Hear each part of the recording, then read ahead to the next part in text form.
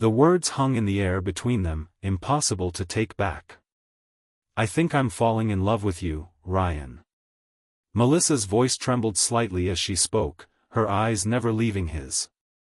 If you've ever wondered whether helping someone with something as simple as a dating profile could change your life forever, stay with me until the end of this story. And if this journey touches your heart, please consider liking this video and subscribing to the channel for more stories that remind us how unexpectedly life can transform. Ryan Matthews stared at his computer screen, the harsh office lighting reflecting off his tired eyes. The clock on his desk read 7:30 p.m., 2 hours past when he should have been home with his daughter, Emma. His phone buzzed with a text from Mrs. Patel, his elderly neighbor who watched Emma after school. She's had dinner and is doing homework. Take your time. He sighed, rubbing his temples. 3 months into his job as marketing director at Horizon Publishing, and he was still trying to prove himself worthy of the position. Being a single dad to a 10-year-old while managing a demanding career wasn't easy, but he'd been making it work since Caitlin died 4 years ago. You're still here? Ryan looked up to see Melissa Chen, his boss and the company's CEO, standing in his doorway. At 38, she was only a few years older than him, but her accomplishments made him feel decades behind. She'd built Horizon from the ground up, turning it into one of the most respected independent publishing houses in the city. Just finishing the quarterly report, he said, straightening in his chair. Melissa nodded, then hesitated. I was about to order dinner. Would you like something? 20 minutes later, they sat in her spacious office surrounded by takeout containers. Ryan couldn't remember the last time he'd shared a meal with an adult who wasn't a client or his daughter's teacher. How's Emma doing? Melissa asked, picking at her pad thai. Ryan smiled. She's good. Started 5th grade last month and already talking about middle school. She sounds like a remarkable kid. She is, Ryan said, pride warming his voice. She's had to grow up faster than I would have liked, but she's resilient. A comfortable silence fell between them as they ate. Ryan had always found Melissa intimidating, not because she was harsh or demanding, but because she carried herself with such quiet confidence. In meetings, she listened more than she spoke, but when she did speak, everyone paid attention. Can I ask you something personal? Melissa said suddenly. Ryan nodded, curious. How do you date? As a single parent, I mean. The question caught him off guard. I don't, actually. Not since Caitlin. Emma keeps me pretty busy, and honestly, I haven't met anyone who. He trailed off, unsure how to finish that sentence without sounding pathetic. Melissa's expression softened. I understand. I haven't dated much either, but for different reasons. Work has always been my priority. She hesitated, then pulled out her phone. My friends convinced me to try online dating. They say I need work-life balance. She made air quotes with her fingers, rolling her eyes. And? Ryan prompted. And I've had this profile for 3 weeks with 0 matches. She slid her phone across the desk. I think I'm doing something wrong. Ryan picked up the phone and looked at her dating profile. The photo was a professional headshot, the same one from the company website. Her bio read, Melissa Chen, 38. CEO of Horizon Publishing. Enjoys efficiency and results-oriented conversations. He couldn't help it, he laughed. What? She asked, frowning. I'm sorry, he said, composing himself. It's just, this reads like a LinkedIn profile. Her frown deepened. Is that bad? For dating? Yeah, kind of. He scrolled through the rest of her profile. You haven't answered any of the prompts about your interests or what you're looking for. I'm looking for someone who doesn't waste my time, she said matter-of-factly. Ryan smiled.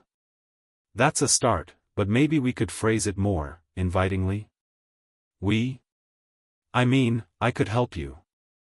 If you want. The words left his mouth before he could think better of them. Was he really offering to help his boss with her dating profile? To his surprise, Melissa nodded. I would appreciate that, actually. And that was how Ryan Matthews, single dad and marketing director, found himself sitting next to his boss on a Friday night, rewriting her dating profile. First, let's change this photo, he said. Do you have something more casual? Something that shows you doing something you enjoy? She scrolled through her phone and showed him a picture of herself hiking, smiling broadly at the camera with mountains in the background. Perfect, he said. You look happy there. It was Yosemite last year. I try to go hiking whenever I can escape the office. Ryan nodded, making a note. That's good. What else do you enjoy? Over the next hour, he learned that Melissa loved historical fiction, could make authentic dim sum from her grandmother's recipes, and had a weakness for bad sci-fi movies. She spoke 4 languages and had once considered becoming a concert pianist before business school. How did I not know any of this about you? Ryan asked, genuinely surprised. She shrugged. It doesn't come up in budget meetings.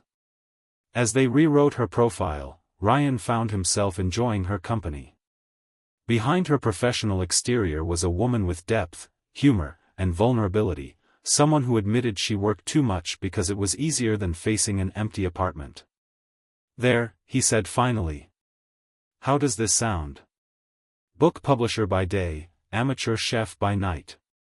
Looking for someone who appreciates both ambition and the ability to get lost in a good story. Bonus points if you can debate the merits of Star Trek versus Star Wars while hiking up a mountain. Melissa read it over, a smile spreading across her face. It sounds like me. The real me, not just CEO me. She looked up at him. Thank you, Ryan. Happy to help, he said, suddenly aware of how close they were sitting. He cleared his throat and stood up. I should get home to Emma. Of course, she said, standing as well. And Ryan? This stays between us. Absolutely, he agreed, gathering his things. As he drove home that night, Ryan couldn't shake the feeling that something had shifted between them. He'd seen a side of Melissa Chen that few at Horizon Publishing ever got to see, and he found himself wanting to know more. The following Monday, Ryan kept his head down, focusing on work and trying not to think about Friday night. He'd told himself repeatedly over the weekend that it had been nothing, just a boss asking for help with something personal. It didn't mean anything. But when Melissa stopped by his office that afternoon, closing the door behind her, his heart rate quickened. I got 3 matches, she said without preamble, a hint of excitement in her voice. That's great, Ryan said, genuinely pleased for her. One of them asked me out for coffee tomorrow. Are you going to go? She hesitated. I'm not sure. What do you think? Ryan considered his words carefully. I think, you should give it a chance. If he seems normal and you feel comfortable. Melissa nodded, then surprised him by asking, would you help me prepare? It's been so long since I've been on a first date. And so began their strange new routine. Ryan would help Melissa prepare for dates, offering advice on conversation topics and listening to her recap afterward. Most of the dates were mediocre, some were terrible, and a few showed promise but ultimately fizzled out. Through it all, Ryan found himself looking forward to their conversations more than he cared to admit. He told himself he was just being a good employee, a friend even. But when Melissa mentioned a second date with a corporate lawyer named James, Ryan felt an unexpected twinge of jealousy. He seems nice, Ryan said, keeping his voice neutral when she told him about the date. He is, Melissa agreed. Smart, successful, punctual. Sounds like a perfect match, Ryan said, unable to keep a hint of sarcasm from his voice. Melissa gave him a curious look. You don't like him? I don't know him, Ryan countered. But? Ryan sighed. But he sounds boring. Punctual? That's what stood out to you. Melissa laughed. Fair point. She studied him for a moment. What about you? Have you thought about dating again? The question caught him off guard. I told you, I don't have time. Everyone has time for what they prioritize, she said softly. Their conversation was interrupted by Ryan's phone ringing, Mrs. Patel calling to say Emma wasn't feeling well. He apologized and rushed out, grateful for the escape from a conversation that was veering into dangerous territory. Emma's illness turned out to be a nasty flu that kept her home from school for a week. Ryan worked remotely, juggling conference calls and caring for his daughter. Melissa was surprisingly understanding, checking in daily and even sending over soup from her favorite restaurant. When Ryan finally returned to the office, he found a small gift on his desk, a book of poetry Emma had mentioned liking, with a note that read simply, "Hope she's feeling better." The gesture touched him deeply. That afternoon, he stopped by Melissa's office to thank her. It was nothing, she said, waving away his gratitude. How is she? Much better. Back to arguing with me about bedtime, so I know she's recovered. He smiled, then added, she loved the book, by the way. Asked if you had recommended it. What did you tell her? The truth. That my boss is surprisingly thoughtful. Melissa's expression softened. I like that you talked to her about your day. About the people in your life. She's my best friend, Ryan said simply. We don't have secrets. That's beautiful, Melissa said. After a moment, she added, James asked me to go away with him for the weekend. Ryan felt his stomach drop. Oh. That's moving quickly. It's been 6 weeks, she pointed out. Right. He forced a smile. Where are you going? Napa. He has a friend with a vineyard. She hesitated. I haven't said yes yet. Why not? Melissa looked at him for a long moment. I'm not sure he's what I'm looking for. What are you looking for? Ryan asked, his voice lower than he intended. The air between them seemed to thicken. Melissa opened her mouth to respond when her assistant knocked, reminding her of a conference call. We'll finish this conversation later, she said, and Ryan nodded, retreating to his office with his thoughts in turmoil. That weekend, Ryan took Emma to the park, trying to focus on his daughter and not wonder if Melissa had gone to Napa after all. Emma was in the middle of telling him about a science project when she suddenly stopped. Dad, is that your boss? Ryan followed her gaze and saw Melissa sitting alone on a bench across the park, reading a book. His heart did a strange little flip. Yes, that's Ms. Chen, he said. Can we say hi? I want to thank her for the book. Before Ryan could respond, Emma was already running toward Melissa. He followed, watching as his boss looked up in surprise, then smiled warmly at his daughter. You must be Emma, Melissa said. Your dad talks about you all the time. He talks about you too, Emma said, causing Ryan to wince slightly. Thank you for the poetry book. It's my favorite now. I'm glad you liked it, Melissa said, then looked up at Ryan. Fancy meeting you here. We live a few blocks away, he explained. What about you? I needed some fresh air. Thought I'd read outside instead of in my apartment for a change. Emma looked between them. Dad, can Ms. Chen have ice cream with us? You said we could get some after the playground. Ryan started to say that Melissa probably had plans, but she quickly interjected, I'd love to, if it's okay with your dad. And so the three of them ended up at a small ice cream shop, Emma chattering away while Ryan tried not to stare at Melissa, who looked different somehow in jeans and a casual sweater, her hair loose around her shoulders. So you didn't go to Napa, he said quietly when Emma went to look at the flavors. No, Melissa replied. I ended things with James. I'm sorry. She shook her head. Don't be. It wasn't right. She watched Emma for a moment. She's exactly as wonderful as you described. She likes you, Ryan said. She doesn't warm up to people easily. Like father, like daughter? Melissa teased. Ryan laughed. Probably. Caitlin always said we were too similar for our own good. It was the first time he'd mentioned his late wife's name without feeling a sharp pang of grief. Instead, he felt a gentle nostalgia, a recognition of what had been without being overwhelmed by what was lost. After ice cream, Emma insisted on showing Melissa the playground, and Ryan watched in amazement as his boss pushed his daughter on the swings, both of them laughing. When it was time to go, Emma hugged Melissa goodbye, extracting a promise that she would come for dinner sometime. Sorry about that, Ryan said as they walked Melissa to her car. She can be persistent. It's fine, Melissa assured him. I had a wonderful time. Your daughter is a delight. The dinner invitation wasn't too forward? Melissa smiled. I'd like that, actually. If the offer stands. It does, Ryan said, surprised by how much he meant it. The following Friday, Melissa came to their apartment for dinner. Ryan had spent the entire week alternating between anticipation and anxiety. Emma, on the other hand, was simply excited, helping him clean the apartment and decide on the menu. Dad, is Ms. Chen your girlfriend? She asked as they set the table.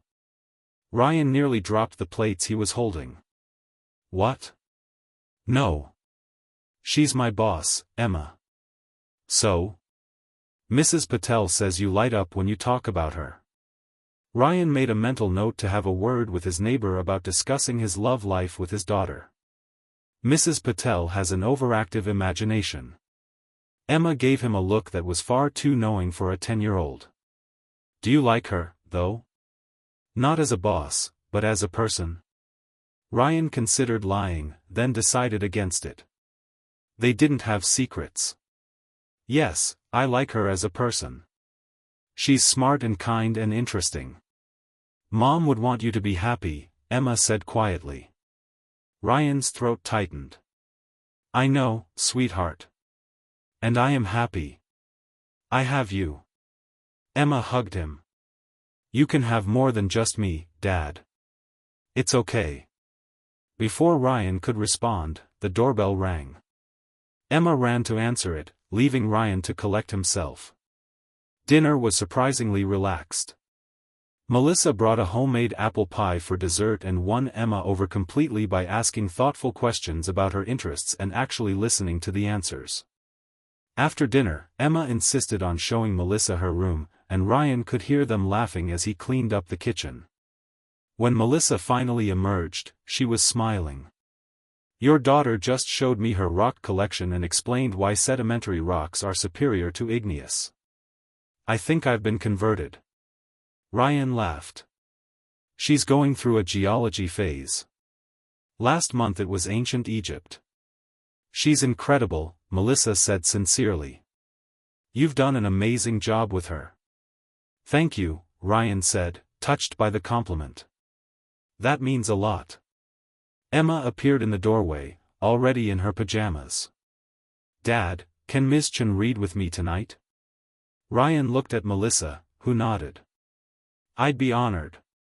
After Emma was settled in bed, Ryan and Melissa sat in the living room with glasses of wine, a comfortable silence between them. Thank you for tonight, Melissa said finally. It's been a long time since I've had a family dinner. Even though we're not really a family, Ryan pointed out. A household, then, she amended. It's nice, the life you've built here. It's not always easy, Ryan admitted. There are days when I feel like I'm failing at everything, work, parenting, basic adult functions like laundry. Melissa laughed softly. You hide it well. At work, you always seem so capable. So do you, he countered. I was intimidated by you when I first started.